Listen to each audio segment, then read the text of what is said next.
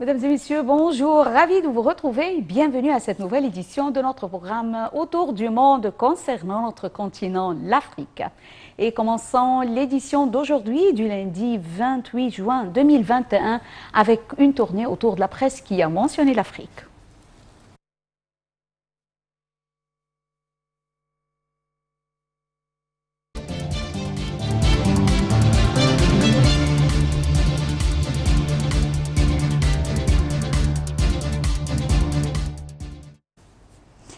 Alors, commençons notre tournée de presse avec Monde Afrique, où nous lisons le secrétaire général adjoint du FPI, Front Populaire Ivoirien, Daniel Bio, a été placé en détention, ainsi que 5 autres partisans de l'ex-président Laurent Gbagbo, ce qui augure mal d'un possible compromis historique entre Alassane Ouattara et Laurent Gbagbo de retour en Côte d'Ivoire.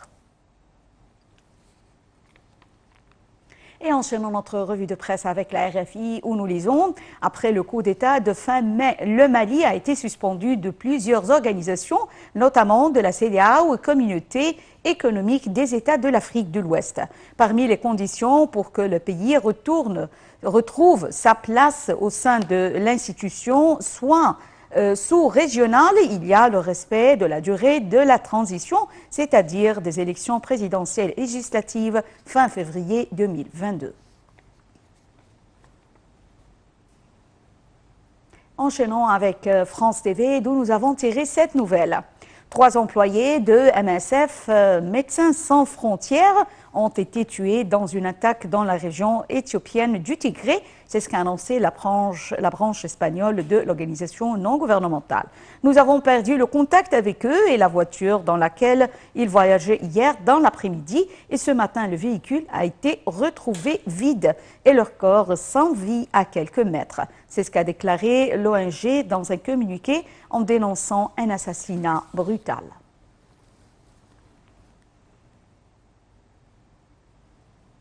Passons à Slat-Afrique. Le chef de la junte militaire qui a pris le pouvoir au Tchad au lendemain de la mort du président Idriss Déby Itno en avril n'exclut pas une prolongation de la transition de 18 mois avant des élections promises. Un conseil militaire de transition de 15 généraux présidé par l'un des fils du défunt Mohamed Idriss Déby a pris le pouvoir le 20 avril en annonçant la mort du chef de l'État au pouvoir depuis 30 ans et tué au front contre des rebelles.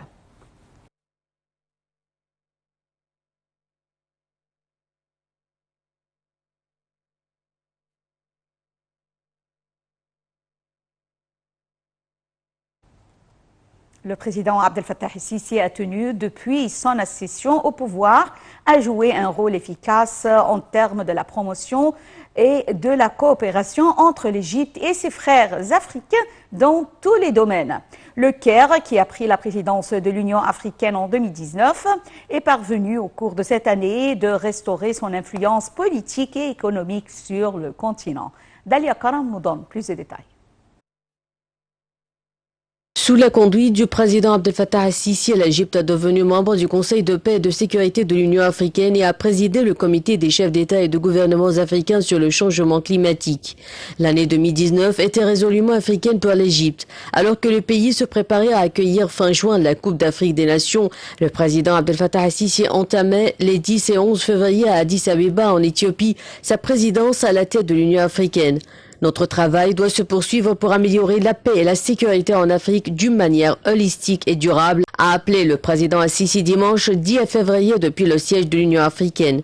Cette année offrait à l'Égypte l'opportunité de concrétiser son réengagement sur la scène africaine et de restaurer son influence politique et économique après des décennies d'éloignement de ses partenaires africains. Depuis son arrivée au pouvoir en 2014, le président Abdel Fattah al-Sisi s'est appliqué à restructurer la politique africaine de l'Égypte. Le fossé s'est écrasé avec le continent, alors que le Caire était davantage tourné vers le monde arabe et l'Occident depuis la présidence d'Anwar Sadat. De 1970 à 1981, le président al-Sisi a renoué avec une diplomatie de sommet boudée par l'ancien président Hosni Moubarak. De 1981 à 2011, après une tentative d'assassinat contre sa personne à Addis Abeba en 1995. Le président al-Sisi a fait de la relance de la coopération économique, politique, religieuse et culturelle la clé de la restauration du soft power égyptien sur le continent. La présidence de l'Union africaine permettait à l'Égypte de promouvoir ses vues sur les dossiers stratégiques que sont les eaux du Nil, la sécurisation de la mer Rouge ou le conflit libyen. Elle a fait de la lutte contre le terrorisme le principal axe de son mandat, notamment dans ses ramifications jusqu'au Sahel et au Sahara, où elle entend renforcer son rôle. Première puissance militaire du continent, parmi les 5 premiers contributeurs aux missions de maintien de la paix, c'est sur la promotion de la reconstruction et du développement post-conflit comme moyen de lutter contre l'extrémisme et les migrations que le Caire dit vouloir agir. Elle héberge ainsi depuis 2018 le Centre international du Caire pour la résolution des conflits, le maintien et la consolidation de la paix. Elle a fait de la lutte contre le terrorisme le principal axe de son mandat, notamment dans ses ramifications jusqu'au Sahel et au Sahara, où elle entend renforcer son rôle. Première puissance militaire du continent, parmi les 5 premiers contributeurs aux missions de maintien de la paix, c'est sur la promotion de la reconstruction et du développement post-conflit comme moyen de lutter contre l'extrémisme et les migrations que le Caire dit vouloir agir. Elle héberge ainsi depuis 2018 le Centre international du Caire pour la résolution des conflits, le maintien et la consolidation de la paix. L'Égypte fait de l'intégration et du développement économique de l'Afrique l'autre pilier de son mandat. Investir ce marché d'1 milliard d'habitants que se disputent déjà la Chine, l'Inde et les pays occidentaux est un potentiel instrument de soft power pour l'Égypte. Le Caire a donné la priorité au développement des infrastructures préalables à une augmentation des investissements et des échanges intra-africains. En 2018, les investissements égyptiens en Afrique ont atteint 10,2 milliards de dollars, soit 9 milliards d'euros contre environ 2,8 milliards de dollars de l'Afrique vers l'Égypte. L'autre priorité est la ratification de l'accord de libre-échange continental, la zone tripartite de libre-échange, signé en juin 2015 par les 3 blocs économiques majeurs du continent et entré en vigueur en janvier 2021. La ZLECAf pourrait permettre à l'Égypte de doubler ses exportations vers l'Afrique qui ont atteint 4,8 milliards de dollars en 2017. Tout au long de l'histoire, l'Égypte a œuvré à renforcer les relations avec tous les pays africains au cours des derniers mois et au début de 2021. L'État égyptien a été témoin de plusieurs visites de dirigeants du continent africain, ce qui a fait preuve de la profondeur des relations égypto-africaines. J'ai le plaisir d'avoir actuellement avec moi en ligne M. Raouf Ghafar, analyste politique, qui va nous jeter la lumière sur ces relations. Bonjour, Dr Raouf Ghafar. Dr Raouf Ghafar. Oui, bonjour. Bonjour. Tout d'abord, comment le Caire est-il redevenu la première destination à laquelle se dirigent tous les pays africains? L'Égypte a toujours été un des pays africains les plus importants, pour beaucoup de raisons. Mais en principe, nous nous sommes absentés du continent africain pour assez longtemps. Et le président Sisi a fait un retour vraiment formidable.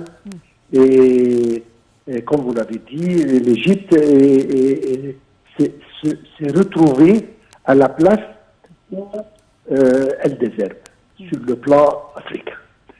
Donc ça, c'était une chose vraiment très importante. L'Égypte, je veux dire un seul mot. Dans les dernières années, on a achevé notre présence, c'est-à-dire l'Égypte maintenant est présente. Partout en Afrique, l'Égypte est présente. Sur le plan, durant la présidence de l'Union africaine, nous avons mis l'Afrique sur la bonne voie du de l'Union africaine. Un projet très ambitieux, ça va prendre du temps pour exécuter, mais au moins on a mis sur la bonne voie. On ne peut pas compter le nombre de conférences et de forums qui ont été mis ici en Égypte pour justement les jeunes gens africains, les entrepreneurs africains, etc., etc., etc. Troisièmement, sur le plan conflit, partout en Afrique où il y a des conflits, l'Égypte a fait son mieux pour établir paix et sécurité dans ces endroits. Si on parle de aide durant le Covid, l'Égypte, je pense que c'était le pays africain qui a donné le plus d'aide médicale, financière, etc., aux pays africains qui avaient besoin. Si on parle, c'est-à-dire, il y a tellement de choses de façon à ce que, oui, l'Égypte maintenant est devenue, disons, un organe très vital dans le corps africain. Même après la production des vaccins, l'Égypte a promis de fournir ces vaccins aux frères africains. Absolument, tout à fait. Tout à fait. Docteur Raouf Ghafar, est-ce que la coopération transfrontalière a pu aider à renforcer la lutte contre le terrorisme? Certainement. On se rappelle dernièrement, quand notre président a dit il n'y a pas de développement sans paix et il n'y a pas de paix sans développement. Donc, c'est visé vers ça. On a combattu le terrorisme ici en Égypte et on le combat dans les pays de voisinage et partout en Afrique. Mais, premièrement, peut-être police militaire, etc. Mais en même temps, on développe. Et nous avons la conviction que le développement aide fortement à combattre le fanatisme et le terrorisme. Et jusqu'à présent, ça pouvait être très, disons, réussi. Et je pense qu'on va continuer parce que c'est double but. C'est-à-dire, d'un côté, on élimine et on combat le terrorisme, et de l'autre, on développe surtout les projets de développement durable, etc., donnant une possibilité d'emploi pour les jeunes gens, pour ne pas se diriger dans des directions qui ne sont pas saines. C'est-à-dire, oui, la lutte contre le terrorisme est bien effectuée sur tous les domaines. Oui. Docteur Raouf Ghafar, l'intérêt croissant pour le dossier de développement et de la valorisation des ressources de l'économie africaine a été au point de mire de discussion interafricaine. Alors, d'après vous, quel est son impact sur la promotion du continent et comment résoudre ce problème? Le continent africain, c'est un continent très riche sur le plan ressources. Minérales, naturelles, humaines, etc. Même humaines. Malheureusement, ces ressources n'ont pas été exploitées d'une façon saine et juste. Peut-être mal exploitées, peut-être pas exploitées du tout. Et c'est justement, ça c'est le but, c'est intégration, domiciliation de différentes industries en Afrique, utiliser les expériences des pays pour aider les autres à exploiter leurs ressources, disons, fournir le know-how, fournir l'expérience, fournir disons, l'éducation technique et autres pour ces pays. Pour le développement. Exactement, exactement. Nous vous remercions infiniment, Dr Raouf Ghafar, expert en économie et analyste politique, pour ces explications. Retournons avec les assemblées annuelles du groupe de la Banque africaine de développement qui ont débuté mercredi 23 juin et vont se tenir jusqu'à la fin de la semaine. Mais pandémie oblige, cette année, les réunions seront virtuelles. Justement, il sera question de coronavirus. Dalia Karam nous donne plus de détails. Le thème des assemblées annuelles du groupe de la Banque africaine de développement 2021 est renforcer la résilience des économies en Afrique après le Covid-19. Et la question des vaccins devrait occuper une bonne place dans ces réunions qui ont débuté mercredi 23 juin et vont se tenir jusqu'à la fin de la semaine. Il y a quelques jours, le patron de BAD, Akwemi Adesina, a déclaré que l'Afrique devrait produire des vaccins sur le continent. Une suggestion qui est en bonne voie. Un peu plus tôt cette semaine, l'Afrique du Sud a déclaré qu'elle allait bientôt accueillir un centre de transfert de technologie pour les vaccins anti-Covid. C'est une première étape pour fabriquer des vaccins sur le continent africain et l'initiative sera appuyée par l'OMS. Même si l'Afrique fait partie des continents les moins touchés par la pandémie, elle est frappée de plein fouet sur le plan économique. Selon la BAD, le continent devrait connaître une croissance de 3,4% de son PIB en 2021 après avoir enregistré une contraction de 2,1% en 2020, soit le ralentissement économique le plus marqué depuis 50 ans. Outre l'économie ou la question des vaccins, d'autres sujets seront abordés comme le changement climatique ou encore la dette. La crise du coronavirus fait peser un risque de plus sur les dettes publiques des pays africains. Environ 3000 participants sont attendus à ces réunions. Il s'agit entre autres de ministres de Finances, de représentants de la société civile, de responsables d'organisations internationales ou encore de chefs d'entreprise.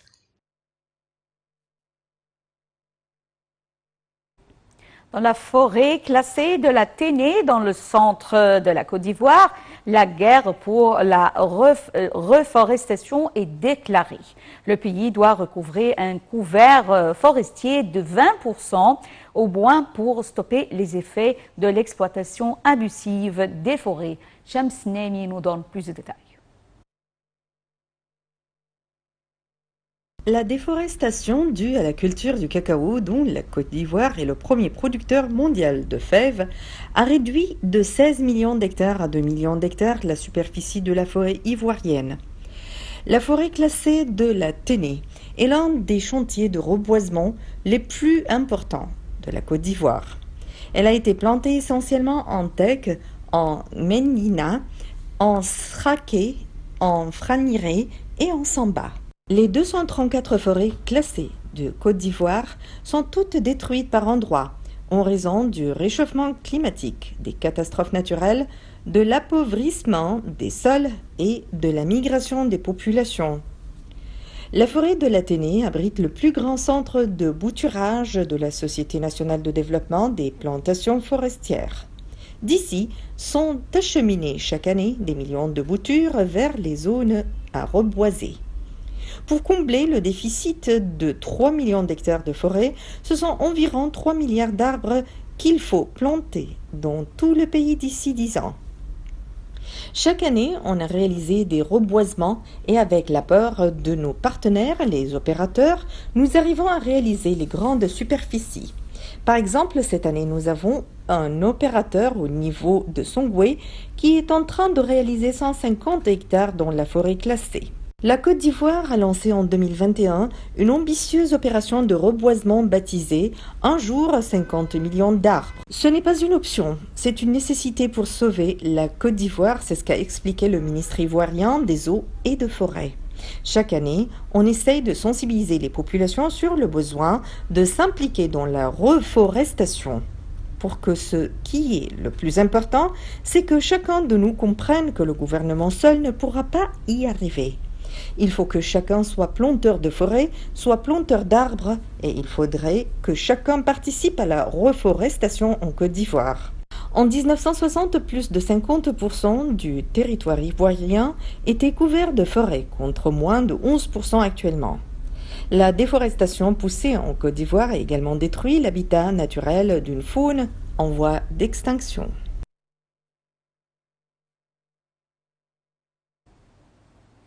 C'est ainsi que prend fin cette édition de notre programme Autour du monde. Merci pour votre fidélité à Nile TV International.